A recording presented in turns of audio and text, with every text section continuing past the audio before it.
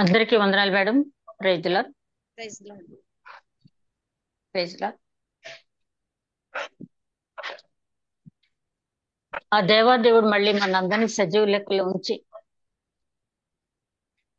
జీవం గల ఆయన నామాన్ని మనం మరొకసారి స్తుతించిన అవకాశం దయచేసినందుకు లెంట్లో 4వ ఆదివారం మళ్ళీ మనందరం కలుసుకునే కృప అనుగ్రహించినందుకు వందనాలు.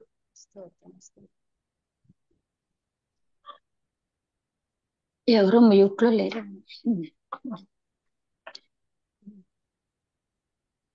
సలేమా మ్యూట్ పెట్టినారు.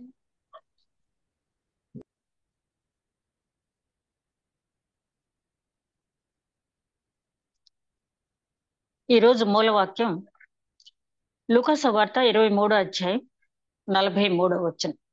లూకా సువార్త 23వ అధ్యాయం 43వ వచనం.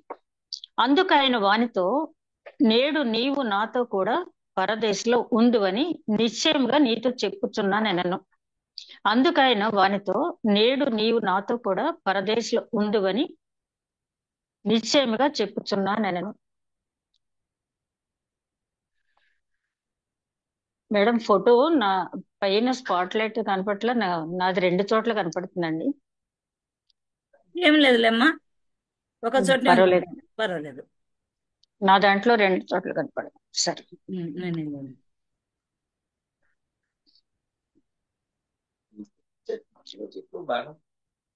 ప్రేమమడిన మా తండ్రి, ఇంతవరకు క్షేమంగా కాపాడు పరముష్క స్తుతినైన వందనాలు తండ్రి. మేమేమై ఉన్నామో కేవలం నీ ఉచితమైన కృపలైన తండ్రి. మరొకసారి నీ వాక్యం ధ్యానించుకునే కృప అనుగ్రహించినందుకు వందనాలు నాయన.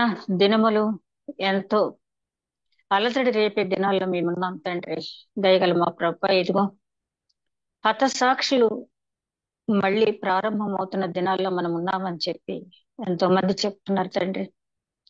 సోదరుడు ప్రవీణ్ కుమార్ గారి మరణ విషయం నీ సన్నిధిలో విజ్ఞాపన చేసుకుంటున్నాం తండ్రి. యెహోవా భక్తుల మరణం ఆయన దృష్టిలో విలువైందని చెప్పాను ఆయన. అట్టి విలువైన మరణం ఆయనకి ఇచ్చావు తండ్రి. మరణం ఎట్లాగన్నది కాదు కానీ తండ్రి, ఆయన దినములు నీ దగ్గర సంపూర్తి అయినాయి. నీవు ఆయన్ని చేర్చుకున్నావు తండ్రి. నీకు వందనాలు ఆయన. ఈ సందర్భంలో ఏ రకమైన అలజడులు లేకుండా తండ్రి, పౌలు గారు చెప్పినట్లుగా నా బంధకములు చూసి ఎవరు కూడా బెదిరిపోవద్దు, మరింతగా సువార్త ప్రకటించండి అని పౌలు గారు చెప్పినట్టుగా ఏ సంఘటన జరిగిన వ్యక్తులు నిమిత్తం మాత్రులు తండ్రి. అయినప్పటికీ తండ్రి, సువార్త యాత్ర అనేది ప్రకటన ఆగిపోకుండా సాగిపోయే భాగ్యం దయచి నీ చిత్తం ఏమైనదో మాకు తెలియదు తండ్రి. ఇదిగో తండ్రి, జబదయి కుమారులు యాకోబు నాయన యుక్త వయసులోనే తీసుకున్న వ్యవహారాన్ని నిండు వృద్ధాప్యం వరకు ఉంచావు. ఇద్దరిని వాడుకున్నావు తండ్రి. నీ నా తలంపులు వేరు, మీ తలంపులు వేరు అని చెప్పావు నా కృప. నీ తలంపులు ఏమయ్యున్నాయో శోధించడం మా వల్ల కాదు కానీ తండ్రి, దయగల మా ప్రభ, సువార్త ప్రకటనకు ఏ రకమైన ఇరుకు ఇబ్బంది కలగకుండా సాగిపోయే భాగ్యం దయచేయమని. ఇట్లాంటి సంఘటనలు అయినా మరి పునరావృతం కాకుండా నైనా కఠిన హృదయాలు మనసు ఒకవేళ జరిగి ఉన్నట్టయితే కఠిన హృదయాలు మనసు మార్చబడే భాగ్యం దయచేయమని. ఎవరు కూడా ఏ రకమైనటువంటి ఎమోషన్స్ గురి కాకుండా కాపాడమని మా ప్రభువును నీ ప్రియ కుమారుడని యేసుక్రీస్తు ద్వారా వేడుకొంచున్నాం తండ్రి. ఆమేన్. మరొకసారి అందరికీ వందనాలండి. మరి యేసుక్రీస్తు సిలువలో పలికినటువంటి 2వ మాట ధ్యానించుకుంటూ ఉన్నాం. దీనికి ముందుగా 2వ మాటకు ధ్యానించుకునే ముందు అసలు ముందు ఏం జరిగింది అన్నది ఇక్కడ 39వ వచనం నుంచి మనం ఒకసారి చూస్తే, వేలాడ వేయబడిన ఆ నేరస్తులో ఒకడు ఆయనను దూషించుచు, నీవు క్రీస్తువు కదా, నిన్ను నీవు రక్షించుకొనుము, మమ్మను కూడా రక్షించమని చెప్పాను. వేలాడ వేయబడిన 2 నేరస్తులలో అక్రమస్తుల మధ్య ఆయన శిలువ మరణం పొందుతాడని ముందుగానే ప్రవక్త చెప్పినట్టుగానే యేసుక్రీస్తు జీవితంలో ఏది కూడా అప్పటికప్పుడు అనుకోకుండా జరిగిన సంఘటనలు కాదు. ఆయన జన్మ, అదేవిధంగా ఆయన జీవన విధానం, ఆ తర్వాత ఆయన మరణం, పునరుత్థానం, ఆరోహణం, 2వ రకం అన్నీ కూడా ఎక్కడా లేని విధంగా ఒక్క యేసుక్రీస్తు విషయంగానే. ఎందుకంటే ప్రతి కూడా నెరవేర్పు జరుగుతున్నాయి, కాదు అంటానికి ఎవరికీ లేదు. కాబట్టి కొన్ని వందల వేల సంవత్సరాల పూర్వం ఆయన గురించి ముందుగానే ప్రకటించబడిన రీతిలోనే రావటం అనేది జరిగింది. అక్రమస్తుల మధ్య సిలువ వేయబడటం అనేది ముందుగానే నిర్ణయించబడినటువంటి అంశం. అయితే ఇక్కడ ఇద్దరు దొంగలు కుడివైపున ఒకరు ఎడమవైపున ఒకరు ఉన్నారు. మరి మత్తయి సువార్తలు మనం గమనించినట్లయితే మత్తయి మార్కు సువార్తలు కూడా ఇద్దరు దొంగలు కూడా కింద ఉండి యేసుక్రీస్తుని ఎవరైతే అవహేళన చేస్తూ ఉన్నారో, అపహాస్యం చేస్తూ ఉన్నారో, హింసిస్తూ ఉన్నారో వాళ్ళతో పాటు వీళ్ళు కూడా నిందించినట్టుగా మనం చూస్తాం. అదే విధంగా ఈ ఇద్దరు దొంగలు కూడా యేసుక్రీస్తుతో పాటు ఆ రాత్రి అంతా కూడా ఉన్నారు. ఆ రాత్రి యేసుక్రీస్తుకు జరిగినటువంటి ఆ తీర్పు ఏ విధంగా జరిగింది అన్న దగ్గర నుంచి కైఫా దగ్గర నుంచి మళ్ళీ పిలాతు దగ్గర నుంచి హేరోదు దగ్గర నుంచి మళ్ళీ పిలాతు దగ్గరికి రావటం, ఇవన్నీ కూడా వాళ్ళు చూశారు. ఆ డెత్ సెంటెన్స్ ప్రకటించేటప్పుడు పిలాతు ఇతనిలో ఏ దోషము నాకు కనపడలేదు, ఈ నీతిమంతుని రక్తంతో నాకు సంబంధం లేదని చేతులు కడుక్కోవటం కూడా వాళ్ళకి తెలుసు. అదే విధంగా ఈయనకు శిక్ష విధించిన వెంటనే ఈయన అప్పచెప్పినటువంటి ఇస్కరియోతు యోధ పశ్చాత్తాపడి సంతాపపడి ఉరిపెట్టుకుని చచ్చిపోవడం కూడా తెలుసు వాళ్ళకి. అయినప్పటికీ పరిస్థితులు బహుశా ఆ రాత్రంతా ఉన్నారు. తెల్లవారి ఆ సిలువ మోసుకుని యేసుక్రీస్తు వచ్చేటప్పుడు వీరు కూడా క్రీస్తుకి చెరువు పక్కన ఉండే ఉంటారు. అంటే వీళ్ళకి అంత ప్రాధాన్యత లేదు కాబట్టి దానికి మనం హైలైట్ చేసి చెప్పలేదు. కానీ క్రీస్తుతో సిలువ మోయించినట్టుగానే వీరితో కూడా మోయించి వాళ్ళ ట్రెడిషన్ కాబట్టి ఇదిగో ఇతడి నేరం చేశాడు, సిలువ వేస్తున్నాం అని చెప్పి ప్రకటించుకుంటూ తీసుకువెళ్ళటం అనేది అక్కడ ఉన్నటువంటి ఆచారం కాబట్టి వాళ్ళ దీన్ని కూడా అట్లాగే తీసుకువెళ్ళి ఉంటారు. ఈయన అవమానకరమైన మరణం ఉండాలి, సిలువలోనే ఈయన చనిపోవాలన్న పట్టుదలతో కురేనీడిన సీమోను ఈయనకి సహాయంగా ఇవ్వటం కూడా వీళ్ళు చూసే ఉంటారు. అదే విధంగా గలిలే నుంచి కల్వరిగిరి వరకు గొల్లును ఏడుస్తూ వెంబడిస్తున్నటువంటి ఆ స్త్రీలను కూడా వీళ్ళు చూశారు. అదే సమయంలో ప్రధాన యాజకులు, శాస్త్రులు అందరూ కూడా ఈయన్ని ఎట్లాగైనా సిలువ వేసి చంపాలి అన్న ఆలోచనతో ఉన్న వాళ్ళనే చూస్తున్నారు. నిమిత్త మాత్రంగా డ్యూటీ చేయడానికి వచ్చినటువంటి రోమా సైనికుల్ని చూస్తున్నారు. కొంతమంది ఉంటారు కదా, ఏమైనా తటస్థంగా ఉంటూ ఏమవుద్దో చూద్దాంలే అని ఉదాసీనంగా ఉన్న జనాన్ని కూడా వీళ్ళు చూస్తూ ఉన్నారు. అక్కడ ముఖ్యమైన 3 గుంపులు ఉన్నాయి. ఏంటంటే ఏదో కసిగా క్రీస్తుని చంపేయాలి. ఇక రెండవ గుంపు అయితే వాళ్ళకి తెలియదు, డ్యూటీ నిమిత్తం వచ్చారు. మూడో వాళ్ళకి తెలిసినా ధైర్యంగా క్రీస్తు గురించి చెప్పలేనటువంటి పరిస్థితులు వాళ్ళు ఉన్నారు. ఏమవుద్దో చూద్దాం అని నిలబడ్డారు. ఇక స్త్రీలైతే అక్కడి నుంచి ఏడ్చుకుంటూ ఆయన వెంబడిస్తూ వచ్చారు. వాళ్ళు ఏడుస్తున్నప్పుడు ఆయన అమ్మలారా నా కోసం కాదు, మీకోసం మీ పిల్లల కోసం ఏడవండి అని చెప్పడం కూడా విన్నారు. ఎందుకంటే పిలాతు ఈ రక్తం అపరాధం నా మీద లేదు అన్నప్పుడు పర్వాలేదు, మా మీద మా పిల్లల మీద ఉంచండి అని చెప్పి వాళ్ళ అన్న మాటను ఆయన రిపీట్ చేసి అక్కడ అనటం, ఇవన్నీ చూశారు వాళ్ళు. నేచురల్ గా వాళ్ళకి ఏమనిపించిందంటే ఈయన సామాన్యుడు కాదు, ఎందుకంటే ఇంతమంది కక్ష చేత ఈయన్ని చంపాలని చెప్పి అనుకోవటం, ఇతనిలో ఏ నేరం లేదని సాక్షాత్తు గవర్నరే సాక్ష్యం ఇవ్వటం, ఎవరైతే ఇతను నమ్మేశాడో ఆ ఇస్కరియోతు యోధ నీతిమంతుని ఏ అపరాధం చేయని వాడిని నేను నమ్మేశానని చెప్పి పశ్చాత్తాపట్టు, ఇవన్నీ చూశారు. ఇతను ఏ తప్పు చేయలేదని తెలుసు వాళ్ళకి. అయితే వాళ్ళకి ఎలా ఉందంటే ఆ పరిస్థితి, ఆ 9 గంటలకు ఆ సిలువ కోయ మీదకి ఎక్కించిన తర్వాత వాళ్ళు ఈ మాటలు మాట్లాడటం మొదలు పెట్టింది ఇంచుమించుగా 12 గంటల సమయంలో. ఈ అవహేళనలన్నీ చూస్తున్నారు, అవమానపరుస్తున్నారు. వీళ్ళు శరీర బాధ తట్టుకోలేకపోతున్నారు ఆ సిలువ మరణం చెందేటప్పుడు. నేచురల్ గా మనం అనుకుంటున్నాం ఇతను ఏదో శక్తిమంతుడని చెప్పి, నిజంగా ఇతను శక్తిమంతుడైతే ఆ సిలువ మీద నుంచి దిగి రావచ్చు కదా, ఆయన రక్షించుకోవచ్చు, మళ్ళీ కూడా రక్షించవచ్చు. కానీ మామూలుగా ఎవరికైనా సరే 100% ఆలోచన వచ్చే అవకాశం అనేది ఉంటుంది. అలాగే ఈ రెండవ దొంగ కూడా అతనితో ఏకీభవించి మత్తయి మార్కులో చెప్పినట్టుగా ఆ రకంగానే చేశాడు. అయితే లూకా గారు వీళ్ళిద్దరికి డివేట్ అయ్యి ఎలా రాశాడు, ఈ విషయాన్ని అంటే లూకా సువార్త రాసినప్పుడు లూకా గారు యేసుక్రీస్తు బోధించినప్పుడు గాని ఆయన పరిచర్య చేసినప్పుడు గాని ఆయన వెంట ఉన్నవారు కాదాయన. అయితే లూకా గారు అపోస్తల కార్యాల గ్రంథం రాయటానికి గాని లూకా సువార్త రాయటానికి గాని ఎంత మందినో ఆయన సంప్రదించి అనేక ప్రాంతాలు పర్యటించి హిస్టారికల్ ఎవిడెన్సెస్ తీసుకుని ఆయన ఆ రెండు రాసినట్టుగా చరిత్రకారులు థియాలజిస్టులు చెప్తూ ఉన్నారు. లూకా గారు అక్కడ జరిగిన సన్నివేశాన్ని జరిగినట్టుగా అక్కడ రాయటం జరిగింది. ఏం మాట్లాడారు అన్నది. ఈ శిలువ మీద యేసుక్రీస్తు పలికిన 7 మాటల్ని సప్త సూక్తులు అంటాం మనం. సాధారణంగా చనిపోయే ముందు ఎవరన్నా మాట్లాడితే ఏం మాట్లాడారు, చివరి మాట ఏం చెప్పారని అడుగుతారు కదా. యేసుక్రీస్తు మాట్లాడినటువంటి సప్త సూక్తులు అనేవి ప్రపంచాన్నే మార్చేసినాయి. 7 మాటలు, అతి క్లుప్తమైన మాటలు, ఒక్కొక్క మాట గొప్ప సందేశంతో ఉన్నటువంటి మాటలు. సరే, ఇట్లాంటి పరిస్థితుల్లో ఆయన మొట్టమొదటి మాట, తండ్రి వీరేమి చేస్తున్నారో వీరెరుగును కనుక వీరిని క్షమించండి అని తండ్రికి విజ్ఞాపన చేస్తున్నాడు, క్షమించమని. అప్పటి వరకు జనంలో మామూలుగా ఉన్నటువంటి ఈ రెండవ దొంగ, కొంతమంది రెండవ దొంగ పేరు ఇదని, లేకపోతే కుడి పక్కని ఎడం పక్కని చెప్తూ ఉంటారు. ఎటు పక్క ఉన్నా మనకు అనవసరం, ఏ పేరున్నా మనకి అనవసరం. కానీ ఈ రెండవ దొంగ చూశాడు, అప్పటి వరకు అందరిలాగానే ఉన్నాడు, కానీ పరిస్థితులను బట్టి తెలుసుకునేవాడే జ్ఞాని. వెంటనే అనుకున్నాడు, ఏంటి ఇక్కడ ఇంత జరుగుతూ ఉంటే ఈయన తెలిసి కావాలని హింసించే వాళ్ళు ఇంతమంది ఉండి అవహేళన చేస్తూ ముళ్ళ కిరీటం పెట్టి ముఖం మీద ఉమ్ము వేసి ముఖం మీద గుడ్డ కప్పి నిన్ను గుద్దింది ఎవరో ప్రవచించు, నువ్వు రాజు అయితే దిగిరా, ఇంత అవహేళన చేస్తున్న వీళ్ళని తెలీదు అంటాడేంటి ఆయన? వీళ్ళకి తెలియక చేస్తున్నాడు అంటారేంటి? అసలు ఒక వ్యక్తిని హింసించడం తప్పని తెలియదా వీళ్ళకి?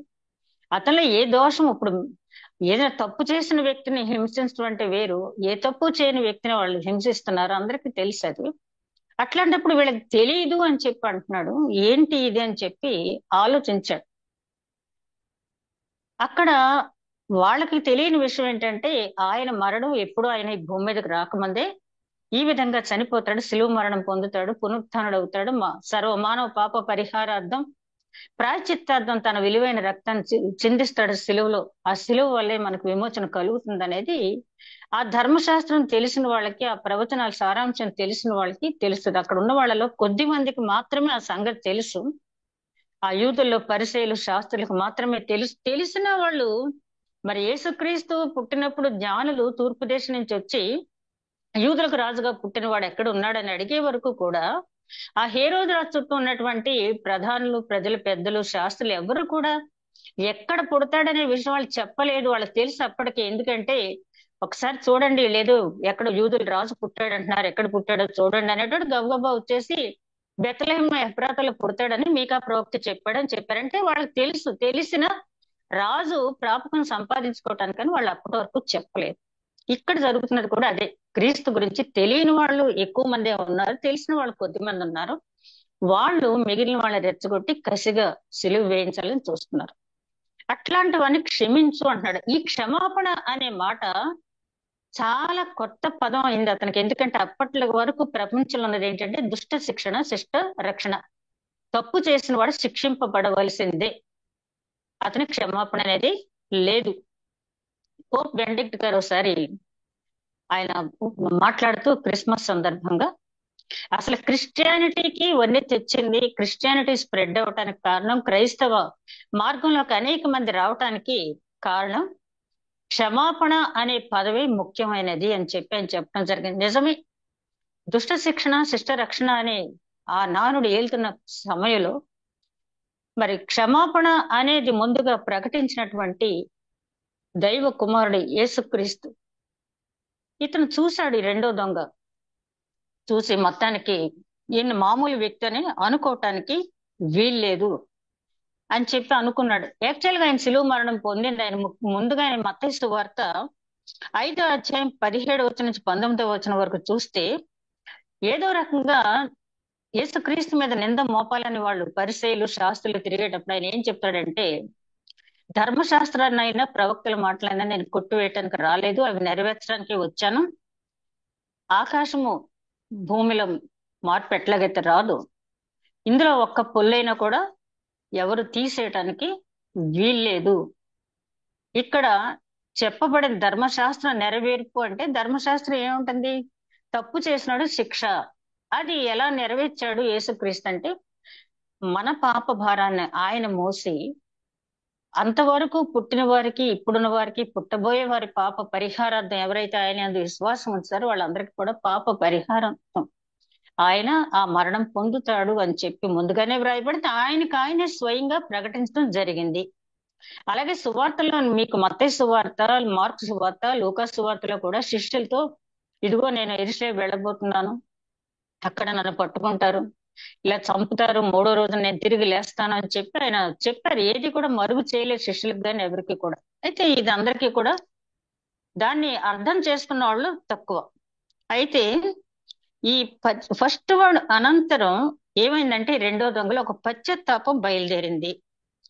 పశ్చాత్తాపం బయలుదేరి అప్పటి వరకు ఆయన ముఖం చూసిన రీతి వేరు, ఆ తర్వాత ఆయన ముఖంలో చూసిన రీతి వేరు. అప్పటి వరకు ఈయన కూడా నాతో పాటు ఉన్నవాడే, సామాన్యుడే అనుకున్నాడు. కానీ he is not an ordinary man అని చెప్పి ఆయన వైపు తిరిగాడు. చూడండి, ఒక్కొక్కసారి మనం రోజు చూస్తూనే ఉంటాం కొంతమందిని, వాళ్ళు ఏదైనా ఒక కార్యం సాధించిన తర్వాత వాళ్ళ వైపు మనం చూసే విధానం మారుతుంది. అలాగే ఈ రెండో దొంగ ఆయన వైపు చూసేటప్పటికి ఏమైందంటే దావీదు మహారాజ్ చెప్పినట్టుగా ఆయన ముఖకాంతిలో మన రహస్య పాపాలు వెల్లడవుతాయి అంటాడు దావీదు మహారాజ్. కాబట్టి ఈ రెండో దొంగ ఎప్పుడైతే యేసుక్రీస్తు ముఖంలో చూచాడో ఆ క్షమాపణ అనే పదం ఆయన పలికిన తర్వాత ఆయన ముఖంలో చూసినప్పుడు ఈయనకి జక్కయ్యకి ఎట్లా మార్పు అయితే వచ్చిందో, ఏమీ అడగకుండానే నా ఆస్తి ఇలాగిస్తాను అలాగిస్తాను ప్రకటించి ఇతను అబ్రహాం కుమారుడే, నేడు ఇంటికి రక్షణ వచ్చినదని యేసుక్రీస్తు చెప్పారు కదా,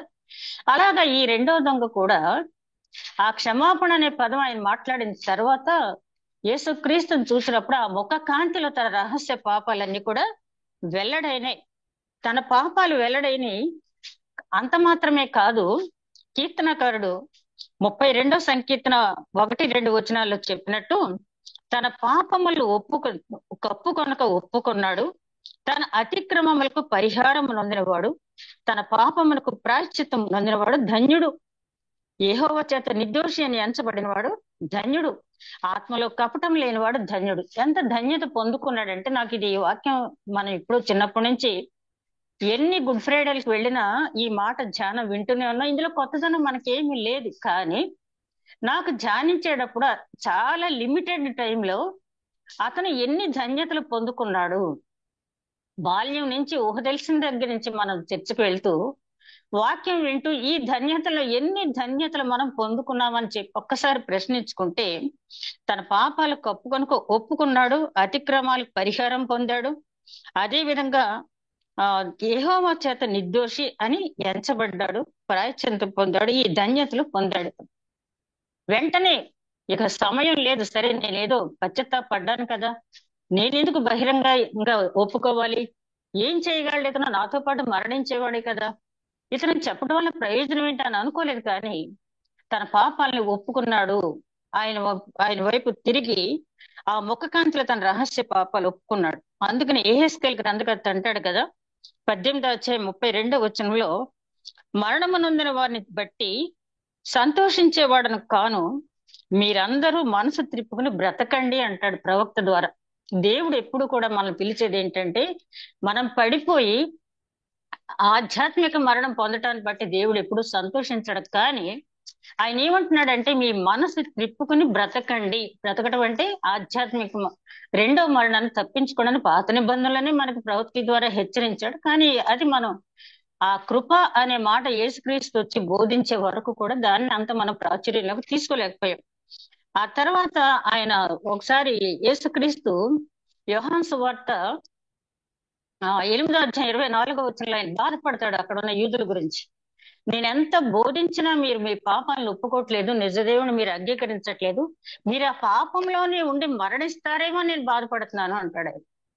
ఒక పక్కన ఆయన హింసిస్తున్నారు, అవహేళన చేస్తున్నారు, ఆ మరియ కుమారుడు కాడ, వడ్లవాని కుమారుడు కాడ, ఆ బయల్జబూల్ అధిపతి అంటున్నారు. ఇన్ని రకాలుగా హింసించినా కూడా, అవహేళన చేసిన ఆయన ఏమంటున్నాడు, మీరు ఆ పాపంలోనే ఉండి మరణిస్తారేమో నేను బాధపడుతున్నాను అంటాడు. దేవుడు మన పట్ల ఉన్న ఆలోచన ఎంతసేపు కూడా ఎందుకు చెప్తున్నాడు, వారం వారం వాక్యం ఎందుకు వింటున్నాం మనం? ఆ పాపం నుంచి మనం బయటికి రావాలని ఆయన ఆవేదన. దినవృత్తాంతాల గ్రంథం 2వ గ్రంథం 7వ అధ్యాయం 14వ వచనంలో చూస్తే, నా పేరు పెట్టబడిన ఈ జనులు తమను తాము తగ్గించుకుని ప్రార్థన చేసి నన్ను వెదకి తమ చెడు మార్గమును విడిచిన ఎడల ఆకాశము నుండి నేను వారి ప్రార్థన విని వారి పాపమును క్షమించి వారి దేశమును స్వస్థపరుస్తాను అంటున్నాడు. మనం తగ్గించుకోవాలి, పాపను ఒప్పుకోవాలి.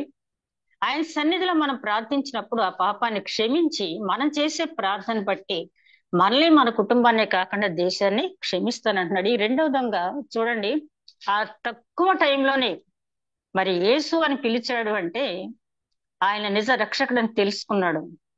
తన పాపాన్ని ఒప్పుకున్నాడు.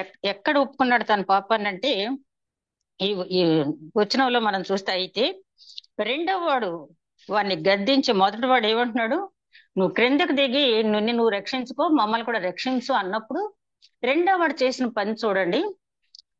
అంటే ఈ మాట వచ్చేటప్పటికి ఇదంతా కూడా రాయటం అక్కడ వీలు పడదు కాబట్టి ఈ రెండో మాట 40 వచనం మాట్లాడేటప్పటికి ఆల్రెడీ ఈ రెండవ దొంగకి ఈయన రక్షకుడని అర్థమైపోయింది. ఈయన మామూలు వ్యక్తి కాదు, దైవ కుమారుడని అర్థమైపోయింది. కాబట్టి సరేలే, నేను దైవ కుమారుని తెలుసుకున్నాను, విశ్వసించాను, నేను దేవుని రాజ్యానికి వెళ్ళిపోతానులే అని చెప్పి ఆయన ఊరుకోలేదు. కానీ రెండవ దొంగ చేసినటువంటి మంచి పనులు మనం చూసినట్టయితే, అయితే రెండవ వాడు వానిని గద్దించి, నీవు అదే శిక్షా విధిలో ఉన్నావు కనుక దేవునికి భయపడవా? మనకైతే ఇది న్యాయమే, మనము చేసిన వాటికి తగిన ఫలము పొందుచున్నాము, కానీ ఈయన ఏ తప్పిదము చేయలేదని చెప్పి చూడండి ఎంత చక్కగా చెప్తున్నాడంటే, మనం కూడా నువ్వు అదే స్థితిలో ఉన్నావు, నేను అదే స్థితిలో ఉన్నాం. మనకు తగిందే, మన జీవితాలకి శిక్ష, ఈ శిలువ మరణం అనేది మనకు తగింది. ఆయన ఏ రకమైన తప్పు చేయకుండా ఆయన ఉన్నాడని గద్దిస్తున్నాడు. ఎందుకు గద్దిస్తున్నాడు అంటే సహోదర ప్రేమ. ఎందుకు గద్దిస్తున్నాడో తన ఆధిపత్యం మీద చెలాయించుకోవటానికి కాదు, కానీ నేను తెలుసుకున్నాను ఈయన రక్షకుడని, నాతో పాటు ఉన్న ఈ దొంగ కూడా తెలుసుకోవాలని చెప్పి గద్దిస్తూ ఉన్నాడు.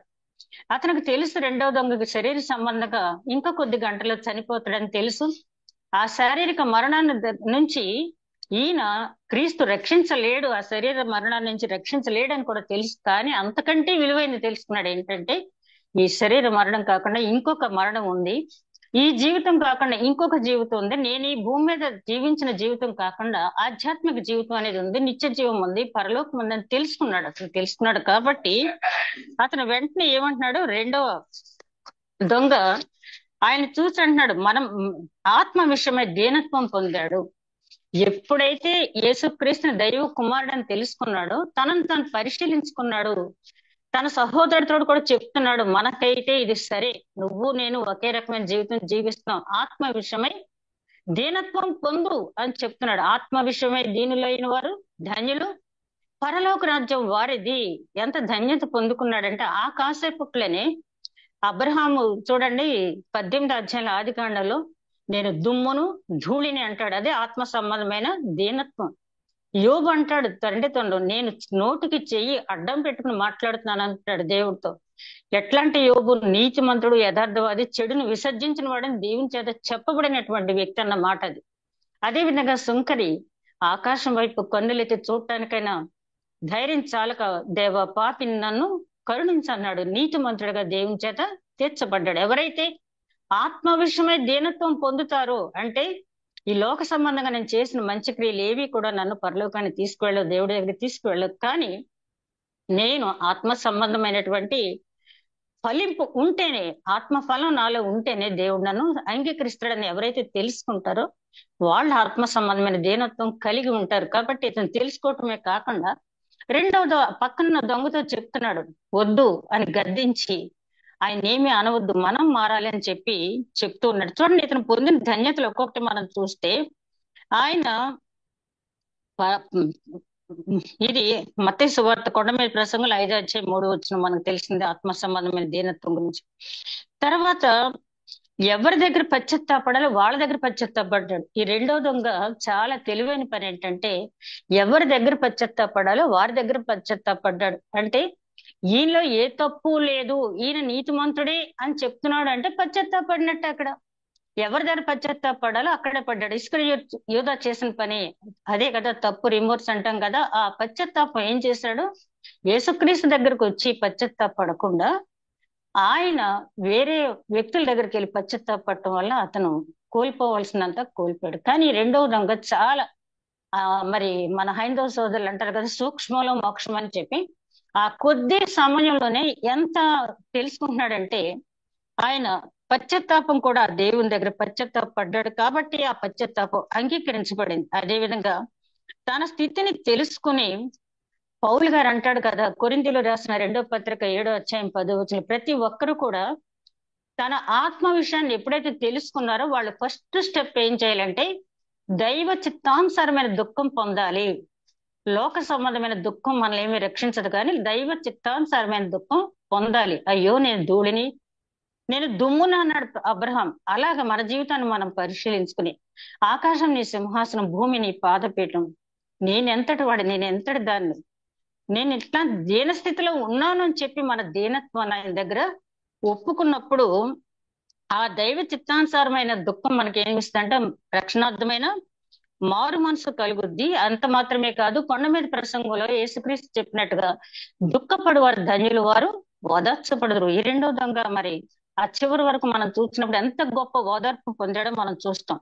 అదే విధంగా అతను రక్షింపడటమే కాకుండా మొదటి దొంగను కూడా రక్షించాలని సహోదర ప్రేమ ప్రకటించాడు. ఇది అలాగే యూదా పత్రికలో 23వ వచనంలో మన ప్రకటన గ్రంథానికి ఉన్న ముందున్న పత్రిక యూదా పత్రిక, యేసుక్రీస్తు సహోదరుడైనటువంటి యూదా రాసిన పత్రిక ఒకే అధ్యాయం ఉంటుంది. ఆ అధ్యాయం 23వ వచనంలో ఆయన అంటాడు, మనం సందేహపడు వారి పట్ల కనికరము చూపి అగ్నిలో నుండి లాగినట్లు కొందరిని రక్షించండి.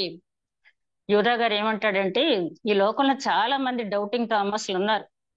సందేహపడే వారిని పట్ల విసుక్కోవద్దు, వాళ్ళని చులకన చేయొద్దు.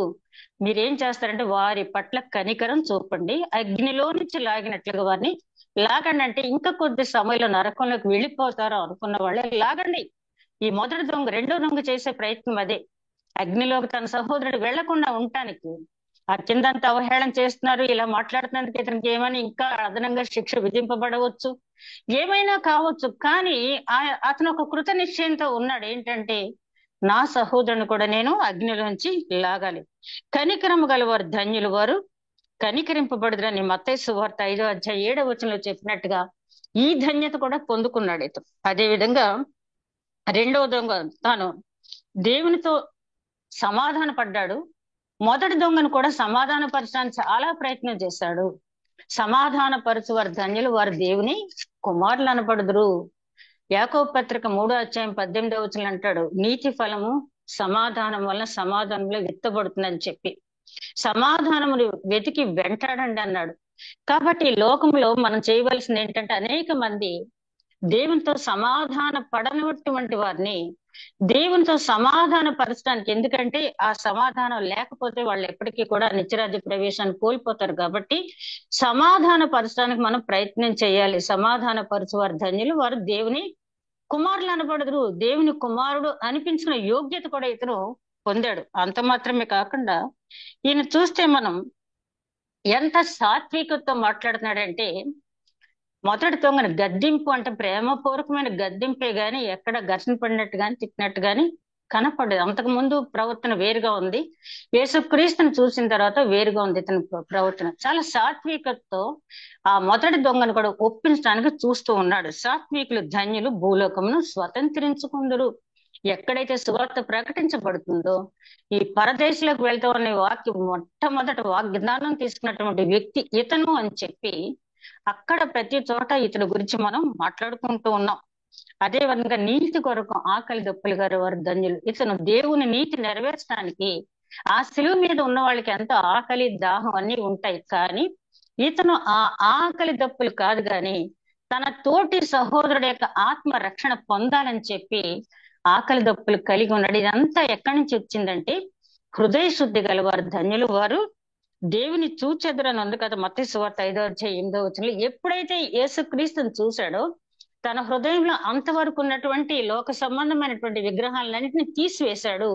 హృదయ కాఠిన్యాన్ని పోగొట్టుకున్నాడు. ఆ హృదయం అంతా కూడా మెత్తటి హృదయం, యెహెజ్కేలు గ్రంథంలో చెప్పినట్టుగా మాంసపు గుండె అతను పొందాడు. కాబట్టి ఇన్ని ధన్యతలు అతను పొందుకున్నాడు. అదే విధంగా మనం ఇక్కడ గమనించాల్సింది, ధన్యత అంటే బైబిల్ ప్రకారం దేవునితో నివాసం చేసే యోగ్యత, లోక సంబంధమైన ఆనందం, లోక సంబంధమైన సంతోషం కాదు. గాని మరి పిలిపిలి రాసిన పత్రికలో పౌలు గారు అంటారు కదా 4వ అధ్యాయంలో 6-7 వచనాలు, ఆనందించడి, మరలా చెప్తున్నాను ఆనందించడని. ఆయన కాళ్ళు చేతులు బండలతో బిగించబడి జైల్లో ఉన్నప్పుడు ఆయన ఆనందించడం మాత్రమే కాకుండా మనల్ని కూడా ఆనందించమని చెప్పినాడు. ఎందుకంటే ఆయనలో దేవుడు ఉన్నాడు, దేవునితో ఆయన హృదయంలో ఆనందిస్తున్నాడు. ఆ ఆనందాన్ని మనందరం పొందాలని చెప్తున్నాడు. ఇక్కడ ఈ రెండవ దొంగ కూడా ఈ ధన్యతలన్నీ పొందుకున్నాడు అంటే కేవలం కారణం ఏంటంటే తన హృదయ శుద్ధి వెంటనే ఎప్పుడైతే ఆ రహస్య పాపాలన్నీ ఒప్పుకున్నాడో, తన అతిక్రమాలకు పరిహారం పొందాడు, మెత్తటి గుండె కలిగి ఉన్నాడు. అంత మాత్రమే కాకుండా తన రక్షణ పొందడం మాత్రమే కాకుండా తన రక్షణ పొందాడు, అందులో డౌట్ లేదు, అతని విశ్వాసాన్ని బట్టి ఆ మొదటి దొంగను కూడా రక్షించాలని చాలా తాపత్రయపడ్డాడు. ఇది చూసినప్పుడు మనం ఎంతవరకు ఈ ధన్యతల గురించి ఎప్పుడైనా ఆలోచించామా? ఎఫెసీయులకు రాసిన పత్రిక పౌలు గారు అంటారు కదా, మీరు విశ్వాసమును కృప ద్వారా రక్షింపబడ్డారు. ఎప్పుడైతే రెండవ దొంగలో విశ్వాసం వచ్చిందో దేవుని కృప ఆయనకు వచ్చింది కాబట్టి గొప్ప వాగ్దానం తీసుకున్నాడు. నేడు నీవు నాతో కూడా పరదేశంలో ఉండు అని చెప్పి. తీతుకు రాసిన పత్రిక 3వ అధ్యాయం 7వ వచనం తర్వాత చూడండి రిఫరెన్స్. ఆయన ప్రేమ దయ వలన మనము మనస్సు మారి నూతన నవీన స్వభావం ధరించి నీతిమంతులుగా తీర్చబడి పరిశుద్ధాత్మను పొందుచున్నాము. మన పరిశుద్ధాత్మ ఎట్లా వచ్చింది? మేడగదిలో పెంతెకొస్తు దినాన ఆ శిష్యులకి, అక్కడ ఉన్న వారికి పరిశుద్ధాత్మ ఎట్లా వచ్చింది అంటే, వాళ్ళు ఆయన ప్రేమ దయ వలన మారు మనసు పొందారు, నవీన స్వభావం ధరించుకున్నారు, నీతిమంతులుగా తీర్చబడ్డారు, పరిశుద్ధాత్మ పొందారు. ఆ శిష్యులనే కాదు, ఎవరైనా సరే ఈ విధంగా మనం అనుసరించినట్లయితే ఆ పరిశుద్ధాత్మ మనం పొందుకోవటానికి ఉంటుంది. కాబట్టి ఈ రెండవ దొంగ చేసిన పని ఏంటంటే, అతను రక్షణ గురించి కాకుండా రెండవ అతని గురించి కూడా ఆలోచించి, మనకైతే ఇది తగిన శిక్షే అని చెప్పి ఆయనను చూచి, యేసు నీవు నీ రాజ్యంలోనికి వచ్చినప్పుడు నన్ను జ్ఞాపకం చేసుకోనమని ఎంత చిన్న ప్రార్థన, పెద్ద వాగ్దానం పొందాడు. యేసు అంటే రక్షకుడా అని సంబోధించాడు. నీవు నీ రాజ్యంతో వచ్చినప్పుడు అంటే రెండో రాకడ ఉంది, ఆయన మళ్ళీ తిరిగి వస్తాడు, యూదా గోత్రపు సింహంగా వస్తాడని ఆయన నమ్మాడు. నీ రాజ్యంతో వచ్చేటప్పుడు నన్ను జ్ఞాపకం చేసుకో. ఎందుకంటే ఇదేదో గాలిలో ఊహించింది కాదు. మత్తయి సువార్తలో ఒకసారి పేతురు అడుగుతాడు 18వ అధ్యాయంలో, మేము ఇళ్ళు వాకిళ్ళు వదిలిపెట్టి వెంబడిస్తున్నాం, మాకేంటి అంటే, నేను మళ్ళీ వచ్చే సమయానికి మీరు నాతో పాటు 12 సింహాసనాల మీద ఉండి 12 మంది గోత్రికులకి మీరు న్యాయం తీర్చిన న్యాయాధిపతులుగా వస్తారని చెప్పి ఆయన చెప్పడం అనేది జరిగింది. కాబట్టి మళ్ళీ రాజ్యం ఉంది అని చెప్పి ఆయన ఇది మరుగు చేయలేదు. అంటే ఈ రెండవ దొంగ విని ఉండవచ్చు, లేదా యేసుక్రీస్తుని చూసిన వెంటనే ఆ జ్ఞానం కూడా అక్కడ ఆయనకి కలిగి ఉండవచ్చు. కాబట్టి ఈయన మళ్ళీ వస్తాడు అన్న దృఢ నిశ్చయంతో నీ రాజ్యంతో వచ్చేటప్పుడు నన్ను జ్ఞాపకం చేసుకో, నన్ను జ్ఞాపకం చేసుకున్నాడు తప్పించి నాకు అది ఇది అని అడగలేదు. వెంటనే దేవుడు ఏమన్నాడు, మనం ఊహించిన దానికంటే కూడా, మనం అడుగు వాటికంటే ఊహించే వాటికంటే ఎక్కువ మేలు చేసే దేవుడు ఆయన. కాబట్టి ఆయన వెంటనే ఏమంటున్నాడు, నేడు నీవు నాతో కూడా పరదేశంలో ఉండు అని చెప్పన్నాడు. ఈ పరదేశ్ గురించి కూడా సాధారణంగా రెండో మాట చెప్పేటప్పుడు ఇక్కడికి వచ్చేటప్పటికి ఆపేస్తూ ఉంటారు. వాగ్దానం తీసుకున్నాడు, పరదేశ్కి వెళ్తానన్నాడు. రెండో దొంగ కూడా పరదేశ్కి దేవుడితో పాటు యేసుక్రీస్తుతో పాటు వెళ్ళాడు అన్నది మనం ఆపుతాం. అయితే ఈ పరదేశ్ గురించి కూడా ఒకసారి మనం ఆలోచించినట్టయితే, ఈ పరదేశ్ గురించి చాలా మంది చాలా వ్యాఖ్యానాలు చెప్తారు, కానీ మనం సామాన్యంగా అర్థం చేసుకోవటానికి ఏంటంటే, ఆత్మలు సేదదీరే ప్రాంతము. ఆత్మలు సేదదీరే ప్రాంతం. ఆత్మలు అంటే చనిపోయిన ఆత్మలు. ఇక్కడ కూడా ఏంటంటే, చనిపోయే వరకు కూడా దేవుని వైపు తిరుగుబాటు చేయకుండా నీతిమంతమైన జీవితం ఎవరైతే జీవించారో వాళ్ళు ఒక పక్క, దైవ వ్యతిరేకత కలిగిన వాళ్ళు, అనీతిమంతమైన జీవితం జీవించిన వాళ్ళు ఒక ప్రక్క ఉంటారని చెప్పి ఒక స్టడీ బైబిల్లో రాయబడి ఉంది. అందుకనే మనకి యోహాన్ సువార్తలో చూస్తే ఆ అబ్రహాం రొమ్ము అంటాం కదా, అబ్రహాం భుజం అంటాం కదా, అక్కడ లాజరు అతని రొమ్మున ఆనుకుని ఉన్నాడు. ధనవంతుడు దూరంగా ఉన్నాడు, ఎంతో దూరం కాదు, మాట వినపడేంత దూరంలో ఉన్నారు. ఆ లాజరు చిటికిన వేలు ముంచి ఒకసారి నా దగ్గరికి పంపించండి, అక్కడ వారు ఇక్కడికి రావడానికి కానీ ఇక్కడ వారు అక్కడికి వెళ్ళటానికి కానీ అనుమతి లేదు అంటారంటే ఒకళ్ళనొకళ్ళు చూసుకుంటారు, ఒకే ప్రాంతం, కానీ వాళ్ళుండే ప్లేస్ వేరు, వీళ్ళుండే ప్లేస్ వేరు. అది పరదేశ్. ఈ పరదేశ్ గురించి మరొక చోట రాసింది ఏంటంటే, దీన్ని ఇది వరకు గెహన్నా అనేవాళ్ళు. ఈ గెహన్నా అంటే ఇది యెరూషలేం దక్షిణాన దగ్గరలోనే, యెరూషలేం పట్టణానికి దగ్గరలో ఉన్నటువంటి హిమ్మోను భూమి. అది ఒక లోయ అనమాట. యెరూషలేం దగ్గరగా ఉన్నటువంటి ఒక లోయ, దక్షిణ భాగాన ఉన్న లోయ. అక్కడ 2వ రాజుల గ్రంథంలో చూసినట్టయితే అప్పుడు యోషియా అనే రాజు ఈ దేవతా విగ్రహాలని, దేవతా ఆరాధన, విగ్రహారాధనని బహుగా ఖండించినటువంటి రాజు ఆయన.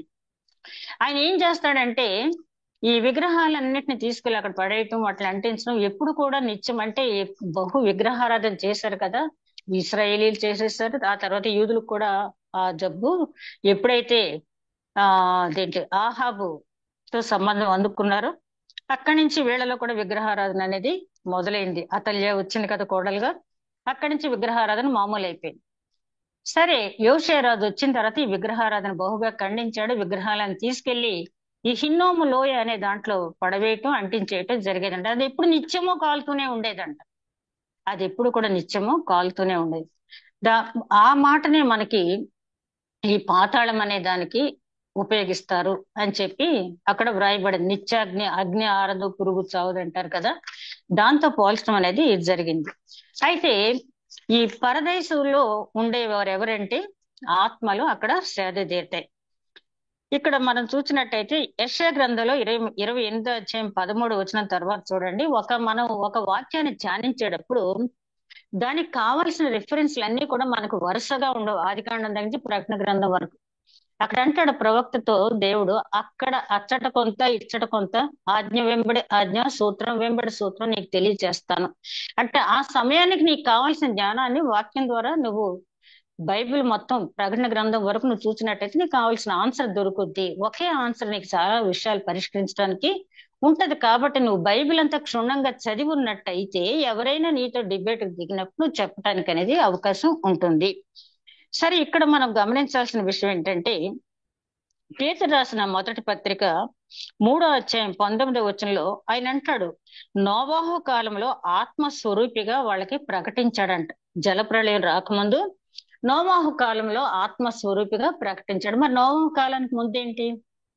మనిషి పుట్టిన దగ్గర నుంచి కూడా మనకు ఆదాం గారి దగ్గర నుంచి చూసుకున్నట్టయితే ప్రతి ఒక్కళ్ళు ప్రవక్తలే. హనోకు కూడా ఒక ప్రవక్తే. వాళ్ళంతా జరిగిన చరిత్ర ఒకరి తర్వాత ఒకరు చెప్పుకుంటూ వెళ్ళారు. వాళ్ళందరూ ప్రవక్తలే. అప్రమాణిక గ్రంథాల్లో ప్రవచించిన ప్రవచనాలన్నీ కూడా ఉంటాయి. హానోకు వరకు కూడా ప్రవచించిన వారే. ఇక ఆ తర్వాత నోవాహు జల ప్రళయం కాలానికి వచ్చేటప్పటికి 120 సంవత్సరాలు నోవాహు ప్రకటించాడు. అంటే నోవాహుతో ఎవరు ప్రకటింప చేశారు? ఆత్మస్వరూపుగా దేవుడే ప్రకటింప చేశాడు. నోవాహు ఒక్కడే ఉన్నాడు. అప్పుడు నోవాహు కుటుంబం ఒక్కటే ఉందా? ఎన్నో లక్షల మంది ఉండాలి కదా. అలాగే ఓడ నిర్మాణం కూడా ఒక్క నోవాహు కుటుంబ సభ్యులే కాదు కదా, అక్కడ ఉన్న వారందరూ కూడా చేశారు. వాళ్ళందరికీ కూడా బోధింపబడింది. ఎందుకు ఆత్మస్వరూపిగా అంత ఇన్సిస్ట్ చేసి దేవుడు బోధించాడు ఆ టైంలో అంటే, మనం చూస్తే నోవాహు జలప్రళయం తర్వాత జాతులన్నీ విడిపోయినాయి. దాదాపు 70 జాతులు అక్కడి నుంచి ప్రపంచం అంతా కూడా స్కాటర్ అయిపోయింది. నోవాహు సంతానం, ఇప్పుడు ప్రపంచంలో ఉన్న సంతానం అంతా కూడా నోవాహు సంతానమే. ఆ జలప్రళయం తర్వాత షేతు, హాము, యాపేతు 3 కుమారులకు పుట్టిన సంతానమే 70 జాతులుగా విడిపోయారు. ప్రపంచం అంతా కూడా ఎవరు ఏ భాష మాట్లాడినా, ఏ కల్చర్ ఉన్నా, ఏ మతం అని చెప్పుకున్నా వాళ్ళంతా కూడా ఏ రకమైన డౌట్ లేదు, నోవాహు సంతానమే. కాబట్టి వాళ్ళకి తెలియాలి కాబట్టి 120 సంవత్సరాలైన ఆత్మస్వరూపిగా బోధించాడు. బోధిస్తే ఎంతమంది రక్షింపబడ్డారు? నోవాహు, నోవా భార్య, నోవా కొడుకులు 3, కోడళ్ళు 3, పిల్లలు కూడా ఉండే ఉంటారు. ఈ కుటుంబం మాత్రమే రక్షింపబడింది. మరి జంతువులకి ఏమి వాక్యం బోధించలేదు, వాళ్ళు మారు మనసు పొందలేదు కానీ ఒక ఆయన ప్రశ్న వేశాడు. వాళ్ళు విచక్షణ జ్ఞానం లేదు. పైగా అవి మన కోసం సృష్టింపబడినాయి, మనం వాటి కోసం కాదు, అవి మన కోసం సృష్టింపబడినాయి. కాబట్టి దేవుడు వాటిని మనకి సంరక్షించి అప్పగించాడు.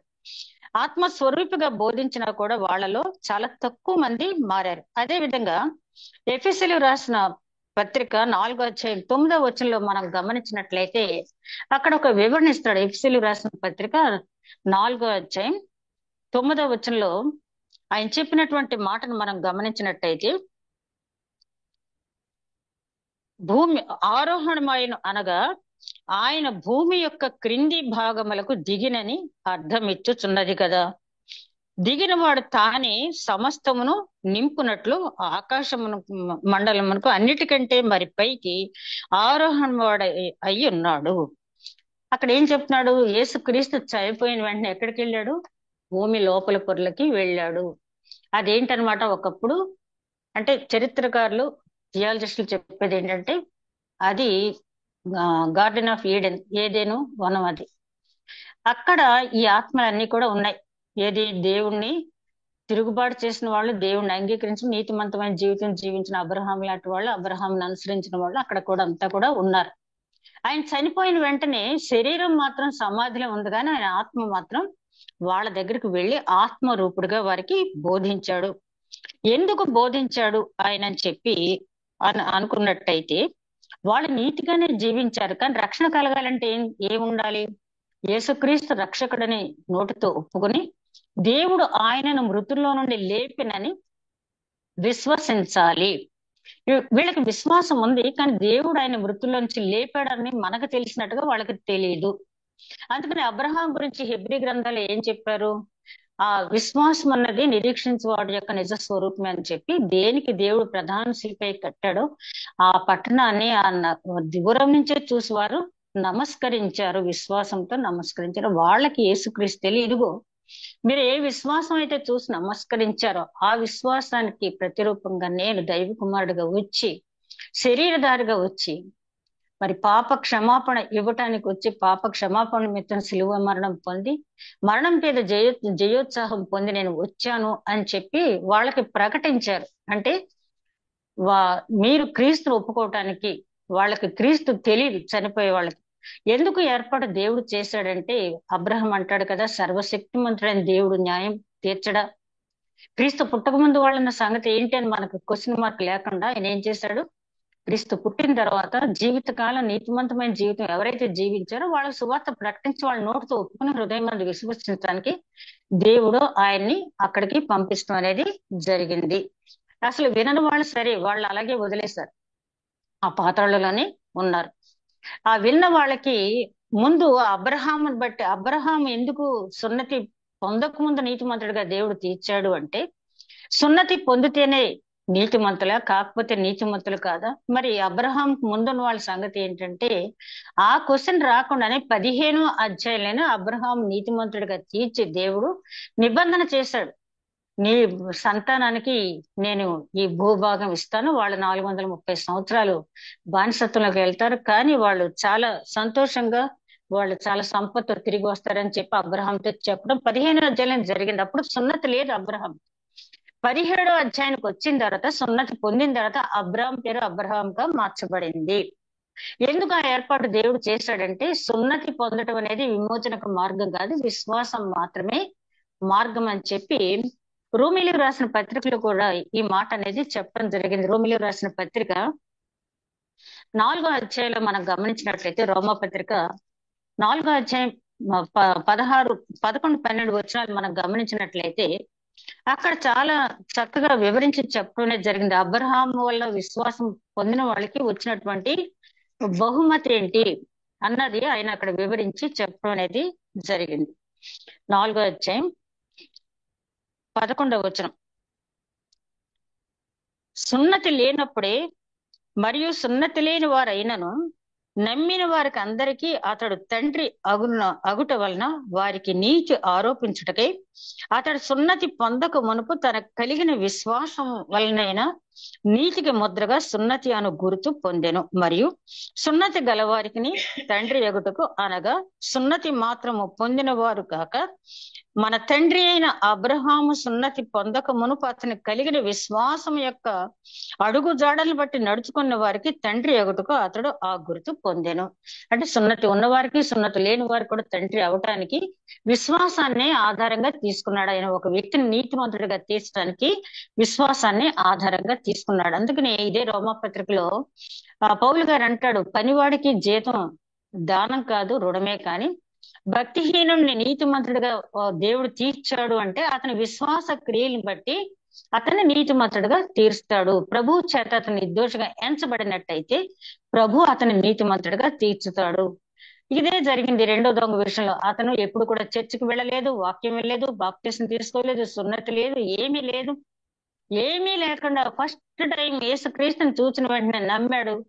అంటే కొన్ని సంవత్సరాల తరబడి దేవుడిని ఆరాధించిన వాళ్ళు కూడా లేనటువంటి విశ్వాసం పొందాడు. విశ్వాసం మూలంగానే అతడు ఆ వాగ్దానం పొందాడు. కాబట్టి పౌలు గారు చెప్పినది ఏంటంటే, ఈ రెండవ దొంగను బట్టి మనం నేర్చుకోవాల్సిన, అతను పరదేశికి వెళ్ళటానికి వాగ్దానం పొందాడు అంటే, చాలా మంది రెండో దొంగ చూడండి జీవితం అంతా కూడా ఇష్టం వచ్చినట్టు జీవించేసి అతను చివరిని మార్పు చెందాడు, వెళ్ళిపోయాడు పరదేశంలాగా. అది కాదు అక్కడ తీసుకోవాల్సింది. అప్పటి వరకు యేసుక్రీస్తు ఎవరో అతనికి తెలియదు. చూడండి, ఒక ఉపమానం చెప్పేటప్పుడు పొలంలో పనిచేయడానికి ఉదయం 6 గంటలకు కొంతమందిని, తర్వాత 9 గంటలకు కొంతమందిని, 12 గంటలకు కొంతమందిని, తర్వాత 3 గంటలకి, తర్వాత 5 గంటలకి పిలిచి అందరికీ సమానమైన వేతనం ఇచ్చాడు యజమాని. ఎందుకంటే అప్పటి వరకు వాళ్ళని ఎవరు పనిలోకి పిలవలేదు.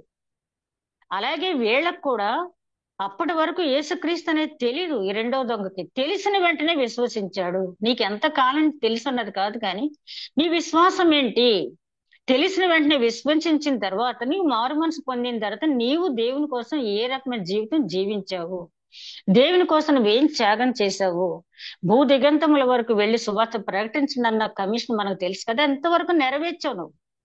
అది దేవుడు రెండో దొంగ ద్వారా మనల్ని అడుగుతున్నది. అదే విధంగా ఈ 10వ వచనంలో అంటాడు, ఈ ఆరోహణుడు అయిన వాడు మళ్ళీ అక్కడికి ఈ చెరను పట్టుకెళ్తాడని చెప్పి ఎఫెసీయులకు రాసిన పత్రిక 4వ అధ్యాయం 9వ వచనంలో ఉంటది ఏంటంటే, చెరను చెరగా పట్టుకెళ్ళిపోయాడు. అంటే వీళ్ళకి బోధించాడు. ఎవరైతే ఆయన్ని ఆల్రెడీ వాళ్ళ నీతిమంతమైన జీవితం జీవించిన వాళ్ళు అయితే వాళ్ళకి నోటితో ఒప్పుకుని విశ్వసించడానికి సువార్త బోధించాడు క్రీస్తు.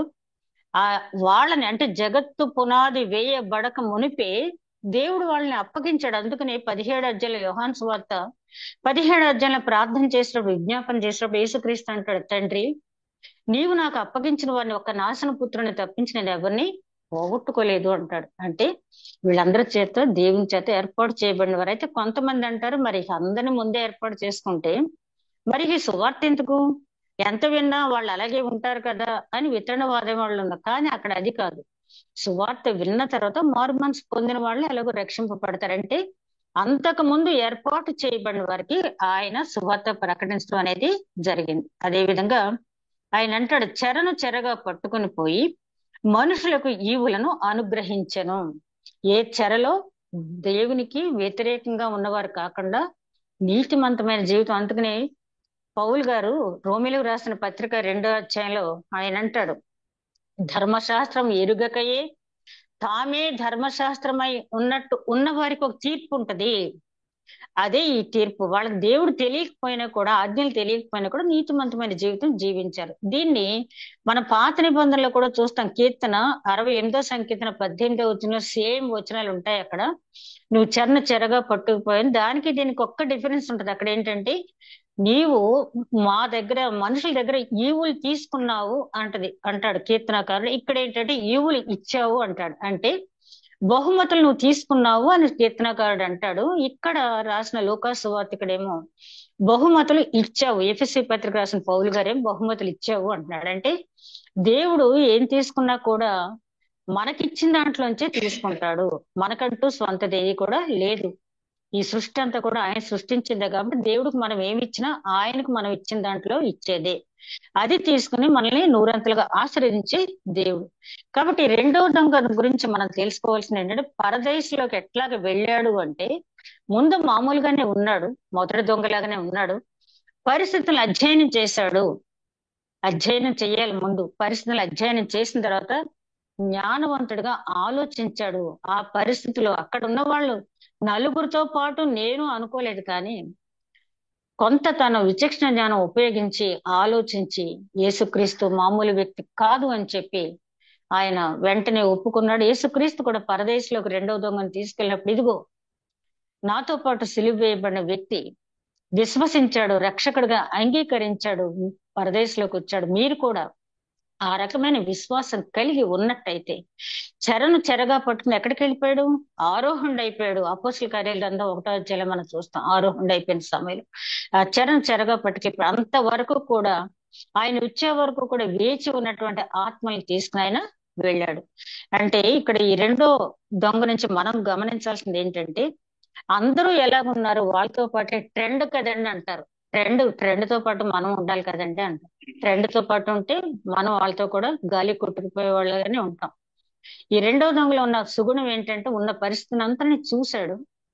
ఆ మొదటి దొంగను గద్దించాడు, ప్రేమతో గద్దించాడు. ఆ గద్దించిన తర్వాత తన అతిక్రమాలు దేవుడు ముఖకాంతి చూసిన వెంటనే ఒప్పుకున్నాడు, హృదయ శుద్ధిని పొందాడు, సాత్వికుడిగా ఉన్నాడు, సమాధాన పరచడం చూశాడు, ఎన్నో ధన్యకరమైన అంశాలు అతను పొందుకున్నాడు, గొప్ప వాగ్దానం తీసుకున్నాడు. మరి చిన్నప్పటి నుంచి వాక్యం వింటున్న మనం ఎన్నో గుడ్ ఫ్రైడేలు అయిపోయినాయి. ఎన్నో గుడ్ ఫ్రైడేలు ఫలానా పాస్టర్ గారు వాక్యం ఇలా చెప్పారు, బాగా చెప్పారని చెప్పి అనుకుంటాం. కానీ ఇంప్లిమెంటేషన్కి వచ్చాడు. ధర్మశాస్త్రం వినివారు మాత్రం నీతిమంతులు కారు, కానీ ధర్మశాస్త్రం విని గైకొన వారు మాత్రమే నీతిమంతులు అని పౌలు గారు చెప్తున్నారు కదా. కాబట్టి ఒక పౌలు గారే కాదు, ఆది కాండం తగ్గించి మనం చూస్తున్నాం. అప్పుడు ఆజ్ఞ లేదు, దేవుని మాటే ఆజ్ఞ. గైకొనకపోవటం వల్లే అవ్వ ఆదం గెంటి వేయబడ్డారు. అట్లా దేవుని మాట, నిత్యము దేవుడు వాక్యం ద్వారా మనతో మాట్లాడుతూ ఉన్నాడు. మనం చేసే ప్రతి పని దేవుని దృష్టిలో మంచిగా కాదని మనకు తెలిసి చేసే పాపానికి క్షమాపణ లేదు. తెలియక చేసిన పాపానికి అసలు ఏ క్రైస్తవుడు కూడా నేను తెలియక చేశాను ఇది అంటానికి వీల్లేదు. కాబట్టి ఈ రోజున మనం ధ్యానించిన అంశంలో ఉన్న కొద్ది సమయాన్ని, చుట్టూ పరిస్థితులు ఎట్లాగున్నా కూడా ఉన్న కొద్ది సమయాన్ని ఎంత చక్కగా ఉపయోగించుకుని తన రక్షణ పొందటం మాత్రమే కాకుండా ఇంకొక ఆత్మ రక్షించడానికి కూడా తాపత్రయపడిన దొంగను మనం చూసినప్పుడు ఆ జీవితాన్ని బట్టి మన హృదయాన్ని మార్చుకుందాం. అట్టి నడిపింపు దేవుడు మనకి అనుగ్రహించును గాక. ఆమేన్. ధ్యానించిన వాక్యం నూరంతలుగా ఫలింపు చేయమని మా ప్రభువును నీ ప్రియ కుమారుడు యేసుక్రీస్తు ద్వారా వేడుకొంచున్నాం తండ్రి. ఆమేన్. ఆమేన్. ఆమేన్.